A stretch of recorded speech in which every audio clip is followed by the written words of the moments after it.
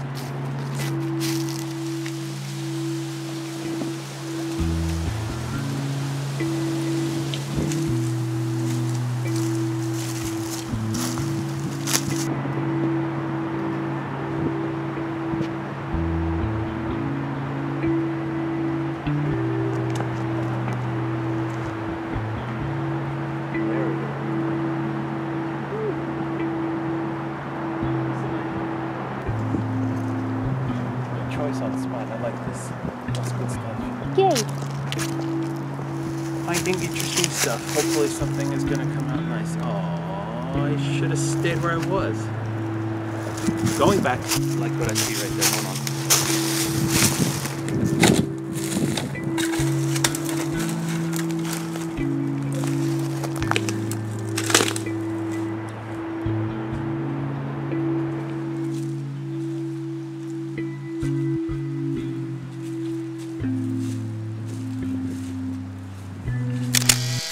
Alright, the film has come back as digital JPEGs for me, and I got some good ones on this. Some that are not so good, but vertical one, I don't like it. This got way too dark, totally overexposed here. That didn't work out too well. These are nice, but the image is kind of flat and crushed back here. If it was something, you know, it's a learning experience. I didn't say I was good at this. I said it was a hobby. So it's not bad. It's just not great. I think this is when I put the camera down because I was trying to do a lower shutter speed and I didn't have a tripod. It kind of smoothed the water the way I wanted to, but not enough. And I don't like the framing in general, so I'm not even gonna move on with that. I don't know what that was. Again, that one's not terrible. It's okay. These I thought these were gonna look better than they ended up being. I'd have to really burn around it or burn it and just make, because it's just not, it's being lost to the background. It's not terrible. I kind of like the little birdhouse thingy, but it's just very flat image. I really needed to, the background's blurry. I just needed, I think, a shallower depth of field. Lower f-stop would have done better. That tree is just weird the way it just, the only thing. It's not a bad image actually though. None of the bench stuff worked for me. I like taking pictures of empty benches. I don't know why, they just look nice. None of these really worked for me. This one's the closest one to looking okay. I wish it was framed differently. Like, can I adjust this in a way that I wish it was framed like that, cropped like that. That might actually be a nice image. Well, let's do it in Photoshop real quick. So, a couple things. One, let's get it perfectly straight. Let's use the sidewalk as a guide. Unlock it as a background. Rotate it slightly. Good enough. And now let's crop that in. I thought it would look cool, the foreground out of focus and all of that there, and just having it kind of almost perfectly even in the center. It didn't work out. I don't like it in the end. I don't like it at all, actually. So, but let's see what that looks like. Quick little tone adjust. I could go in with a blur tool. Blur tool. Give me a large brush, and let's just see what happens if we blur out the background a little bit. Just soften the background a tad. Now let's go in here real quick and blur in this area a tad, blur in this area a tad. Not getting these leaves because that's part of the foreground, or at least, you know, where the chair is, and just blur in there a tad. I don't think you'll notice in between each of those, but oh, why not? Let's just real quick give it a real quick. I like that a little more than I did originally. This one I like. We can see the river in the background with all of this stuff going on in the foreground. That image I really like. That came out really cool. That's interesting. My go-to is always just an auto tone, just see the quick reaction it gets.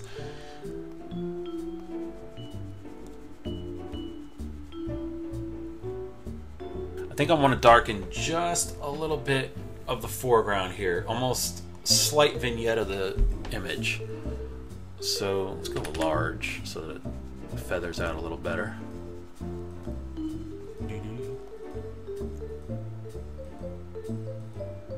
Like that.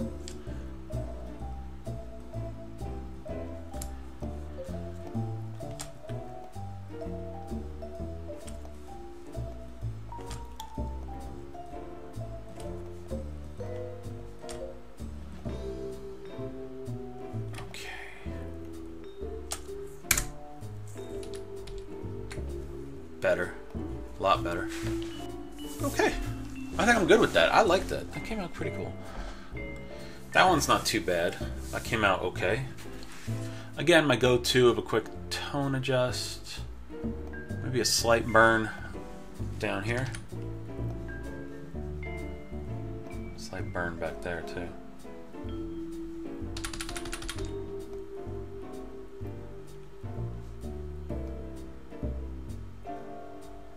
Cool. That's not bad.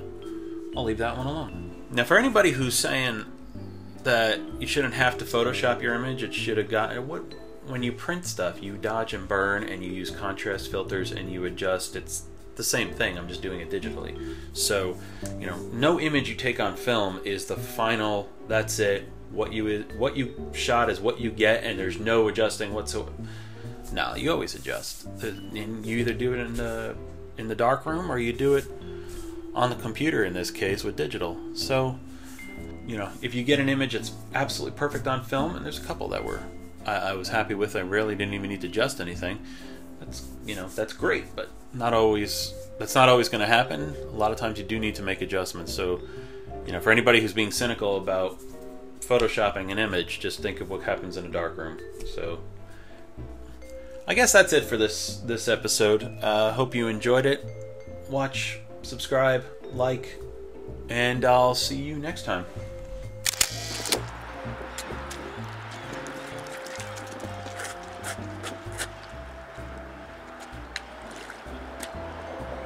Oh, too far. Another way.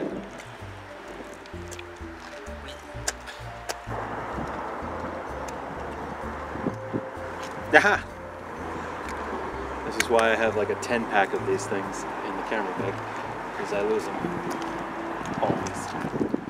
To the car.